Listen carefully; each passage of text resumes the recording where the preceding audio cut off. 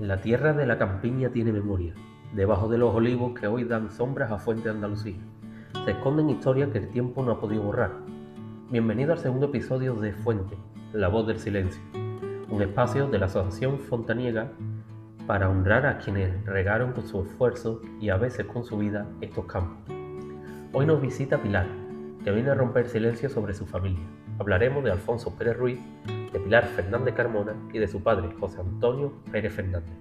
3 nombres, 3 vidas que son parte de la raíz herida de nuestro pueblo. Pilar, bienvenida. Gracias por tu valentía y por estar aquí con nosotros. Buenas tardes.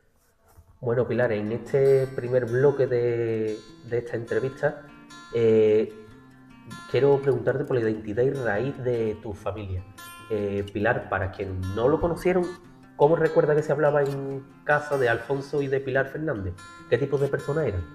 Pues mi abuela nos hablaba mucho de su marido, de que nunca había tenido problema con nadie, nunca había estado metido en nada, siempre trabajando en el campo, era ganadero, y que era muy buena persona y eso, que no se había metido nunca con nadie.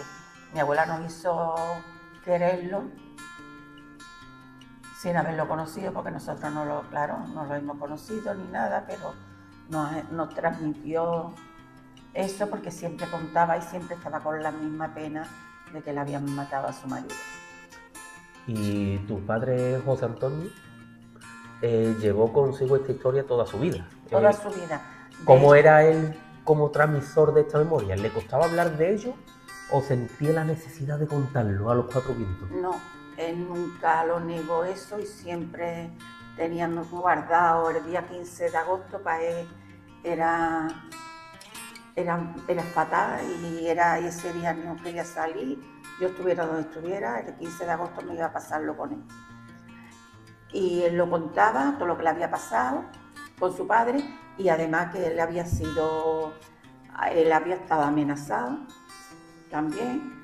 De hecho, tuvo que estar guardado un tiempo, lo tuvo mi abuela en su casa guardado, no salía para nada. Y después, en el año 67, la policía política, que había, lo detuvieron y estuvo un día y una noche en un calabozo. Si no llegase por el capitán Carrión, que fue a por él y dijo que mi padre nunca había estado metido en nada y que lo soltara y que ya lo olvidara. Pero a mi padre siempre, yo me acuerdo mucho, vivíamos en la carretera de su eminencia y claro, mi padre trabajaron hasta allí y llega la policía, llega la Guardia Civil, que era lo que llegaba, y decía: aquí vive José Antonio Pérez Fernández. Y yo, con 7 años y 8 años, yo decía: no, aquí no vive. ¿Tu padre cómo se llama? Y decía cualquier cosa. Y han estado buscándolo, lo estaban siguiendo hasta que ya pasó eso. Madre. Ha sufrido mucho. Alfonso y Pilar vivían en un Fuente muy diferente al de hoy. Vivían en un Fuente muy ligado al campo. ¿Cómo era su vida cotidiana antes de la tragedia? Pues muy bien, porque ellos tenían su ganado, su tierrita. Mi abuela le gustaba mucho sembrar sus cosas y de su ganadito, aparte de que mi abuelo tenía, ella cogía sus cochinitos, sus cosas aparte, y ellos vivían bien. Vivían bien dentro de lo que cabe en ese tiempo. De lo que cabía en esa época, ¿no? En esa época estaban bien. Bueno, Pilar, después de este bloque 1, en el que hemos hablado de la identidad de la familia, queremos hablar ahora en este bloque 2 del impacto en la familia. Porque claro, a menudo hablamos de las víctimas directas, como fue tu abuelo, pero nunca hablamos de cómo se quedó la familia. ¿Cómo afectó la pérdida de Alfonso a tu padre? Que tengo entendido que tenía unos 15 años. ¿Qué infancia, qué juventud le quedó tras aquello? Pues tras aquello le quedó, después del trauma tan grande porque que le maten a su padre, tener que aguantar que cuando donde iba, los hijos de los asesinos, de los que los mataron, como lo sabían todos, pues tenía que aguantar que le decían: a este le vamos a hacer igual que el padre, a este, porque a tu padre le hicieron esto, porque a tu padre tuvo que aguantar todo eso, con 15 años recién cumplido, vamos. La represión en Fuente fue especialmente cruel en los olivares y en la finca aquí aledaña. ¿Te hablaba en tu familia de algún lugar en concreto del campo donde ocurrieron los hechos o era un territorio que generaba miedo visitar? No, a mi abuela le dijeron que había sido en la tapia del cementerio. Y de hecho, mi abuela iba al cementerio y que yo me acuerdo que el cementerio antiguo tenía como una capillita, tenía para ponerte de rodillas. Y mi abuela, yo venía mucho con mi abuela aquí a Fuente, y mi abuela se ponía mirando para la tapia. Y yo le decía: abuela, ¿pero para qué te pones ahí mirando para la tapia? Y decía: sí, hija, porque aquí es donde tu abuelo está, donde lo mataron, donde tu abuelo está. Wow. Porque para ella, que mi abuelo estaba allí detrás de lo que le dijeron, Claro. que le habían pegado un tiro en la tapia, en el cementerio, pues para ella siempre y mi padre igual, estaba allí de esto del cementerio. Y yo venía muchas veces con ella a Fuente y íbamos al cementerio y siempre se ponía mirando para la tapia. Wow. ¿Y tu familia tiene algún objeto o alguna carta o recuerdo físico que tu padre guardara de tu abuelo como un tesoro? En mi casa había libros y un de estos que antiguamente que eran de piel, igual que los libros, un estuche redondo, como las botellas pues era de piel. Y ahí tenía documentación mi padre guardada de mi abuelo. Pero hijo, la casa se la quedó una y hizo con todo lo que le dio la gana. Cuando los del cementerio nuevo también estuvo mi padre ahí. En este bloque 3 vamos a hablar del silencio y de la asociación, que ha sido esta asociación para ti. Porque claro, durante la dictadura muchas familias en Fuente tuvieron que vivir con un luto, ¿no? Un luto interno. ¿Cómo se gestionó ese silencio en tu casa para proteger a las siguientes generaciones? Pues te podría decir que el luto en mi casa, mi abuela se vistió de luto desde que le dijeron que le habían matado al marido y no se lo podían quitar. Le quitaron el pelo, le hicieron todas las que le tuvieron que hacer, pero ella vestía de negro.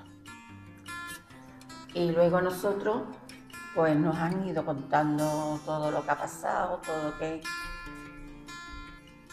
todo. Absolutamente todo. Absolutamente todo. Porque hay familias que siempre han tenido el miedo de contarlo por si volvía. Por si volvía eso, mi padre no te voy a decir que eso lo contaba, pero ahora también te voy a decir que cuando fue el atentado del 23F, mi padre lo pasó y mi abuela lo pasaron malísimamente, no durmieron en toda la noche, con la puerta cerrada, con todo. Claro, normal. Pensando que iba a volver otra vez lo mismo. Normal. Pilar, ¿en qué momento decidiste que ya no se podía callar más y que era necesario que los nombres de tu familia que se los llevaron por delante se escucharan en un podcast como este?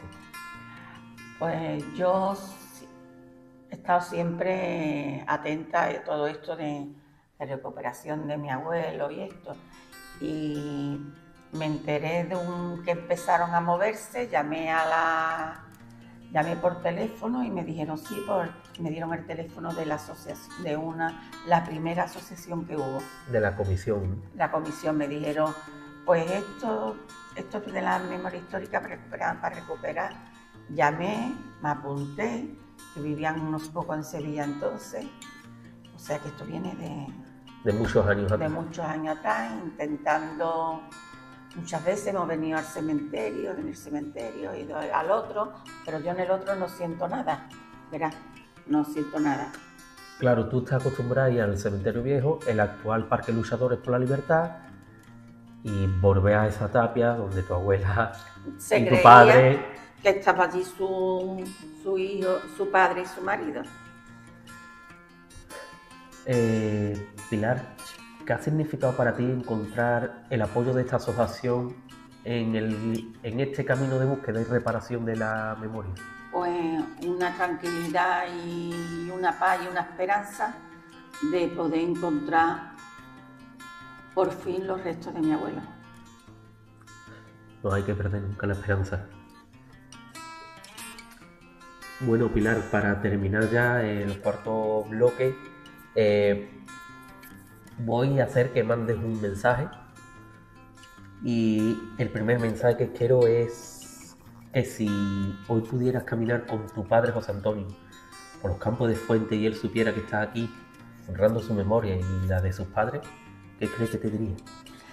yo sé que él está, porque él me está viendo, lo sabe, que me diría que le daría eso, que él sabe que yo soy capaz de eso y demás, y le daría mucha alegría, y él sabe que era yo a que iba a mover todo el de esto y el tajado, y me gustaría mucho, porque cuando vengo por aquí me imagino de ir mi abuela, por aquí a pasar mi abuela, por aquí a pasar mi padre, por aquí. Claro, ha pasado tanta gente por aquí. Y otro mensaje que me gustaría, y este sí lo veo súper importante por temas de las circunstancias que estamos ahora, ¿qué mensaje le daría a otros fontaniegos, a otras fontaniegas que aún tienen miedo o que no se atreven a contar lo que pasó en su familia? Pues que no tengan miedo y que la verdad tiene que salir siempre fuera, porque es la única forma de que todos salga para adelante y encontremos a nuestros familiares, y de miedo nada, hay que salir para adelante siempre y que salga la verdad, y el que esté perjudicado que se perjudique. Pues bueno, muchas gracias por participar, muchas gracias por contar la historia de tu familia, y gracias por haber echado este rato tan bueno con nosotros. Pues nada, ha sido agradable estar aquí contigo, triste porque ha sido por la pérdida de mi abuelo y el sufrimiento de mi abuela y de mi padre, pero como hay que sacarlo todo para adelante, ya no se puede hacer nada más que sacarlo todo. Que se entere todo el mundo de lo que hicieron, cómo trataron a las personas, y que encontremos a nuestros familiares. Pues muchas gracias, Pilar. A ti. Hoy hemos caminado por senderos de dolor, pero también de una dignidad inquebrantable. Gracias, Pilar, una vez más por prestarnos tu recuerdo y por ayudarnos a que los nombres de Alfonso, Pilar y José Antonio Pérez Fernández nunca vuelvan a ser borrados del mapa de nuestra memoria. Nos despedimos con el compromiso de que ningún rincón de Fuente siga siendo un lugar de olvido. Yo soy Emilio y esto ha sido Fuentes, la voz del silencio, una producción de la Asociación Fontaniega de Familiares de Víctimas del Franquismo. Hasta el próximo episodio.